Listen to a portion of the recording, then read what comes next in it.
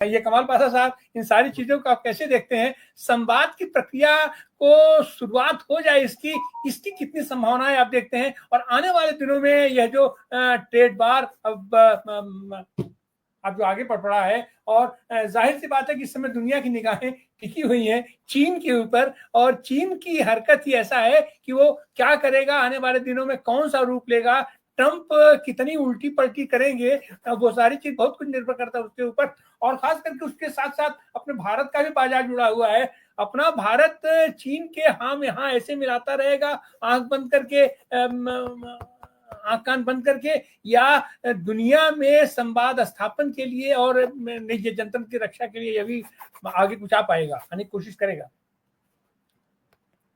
Unmute कीजिए जी। मैं 2-3 points जल्दी से बता देना चाहता हूँ। एक तो हमें गौर से देखना चाहिए कि अमेरिका के जो सीईओस हैं, मैं देख रहा था डेटा, कम से कम 14-15 सीईओस ओपनली अब कह रहे हैं कि अमेरिका जो है रिसेशन में पहुंच चुका है, और इसके बहुत नेगेटिव इम्प्लीकेशंस होंगे अमेरिकन इकोनॉमी पे। वो खुद अमेरिकी सीईओस जिनका स्टेक इकोनॉमी में इतना ज्यादा है, वो खुद मान के चल रहे हैं कि जो ट्रम्प के पॉलिसीज हैं वो हमें रिसेशन की तरफ खींच के लेके जा रहे हैं, और उसके काफी नेगेटिव इम्प्लीकेशंस होंगे जनता पे ही नहीं, गवर्नमेंट पे ही नहीं, कॉर्पोरेट सेक्टर को भी काफी बड़ा धक्का लगेगा। जहां तक चीन की बात है, चीन जो है अपनी पोजीशन इतनी मजबूत कर लिया है और इतना मैन्युफैक्चरिंग सेक्टर बढ़ा लिया है कि वो पूरे दुनिया में अपना जो है नेटवर्क फैला लिया है, चाहे वो यूरोपियन मार्केट हो, अमेरिकन मार्केट, कैनेडियन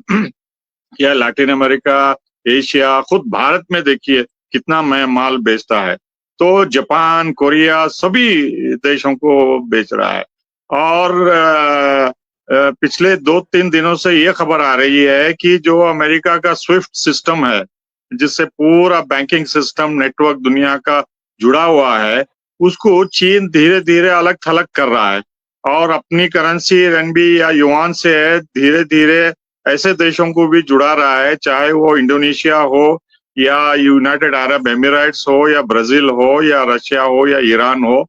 30 से ज्यादा देश जो है चाइना के पैरेलल स्विफ्ट सिस्टम से बायलैटरल ट्रेड शुरू कर दिए हैं, और रूस और ईरान भी, और ईरान और चाइना भी। सो इस लिहाज से जो है, जो डी डॉलराइजेशन का मुहिम जो हम सुनने को आ रहे थे, वो एक्चुअली प्रैक्टिकली इम्प्लीमेंट हो रहा है हमारे सामने ही। और जिस तरीके से ट्रंप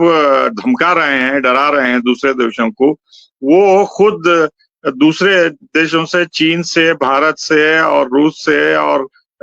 इंट्रा रीजनल ट्रेड में इंटरेस्टेड हैं, और अमेरिका को आइसोलेट करने की वो कोशिश कर रहे हैं कि अमेरिका को एक्सपोर्ट करने में अब कुछ फायदा नहीं रहा, और हम सिर्फ लैटिन अमेरिका या अफ्रीका या ब्रिक्स देशों में। सो इसके ट्रंप के टैरिफ वार से ब्रिक्स की जो पॉपुलैरिटी थी और बढ़ जाएगी, और जो डी डॉलराइजेशन का प्रोसेस शुरू हुआ था वो एक्सेलरेट होगा, आगे बढ़ेगा, और इसका लीडर जो है, रहबर जो है,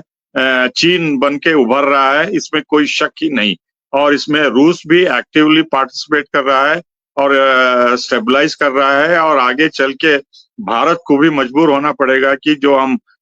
डॉलर की ढोल बजा रहे थे, हमको काफी धक्का पहुंचेगा, और हम भी ब्रिक्स की तरफ, करेंसी की तरफ रुजू होंगे। तो ये सब कुल मिला के ये जो है अमेरिका का खुद आइसोलेशन होगा इकोनॉमिकली, और वो जैसा ये शेयर अगर जख्मी हो जाता है तो सबको गुर्र करता है और सबको मारने की कोशिश करता है, लेकिन उसमें उतनी क्षमता नहीं है उठ के पहले की तरह भगाए और अपने विक्टिम को पकड़ ले अपने संजय में। तो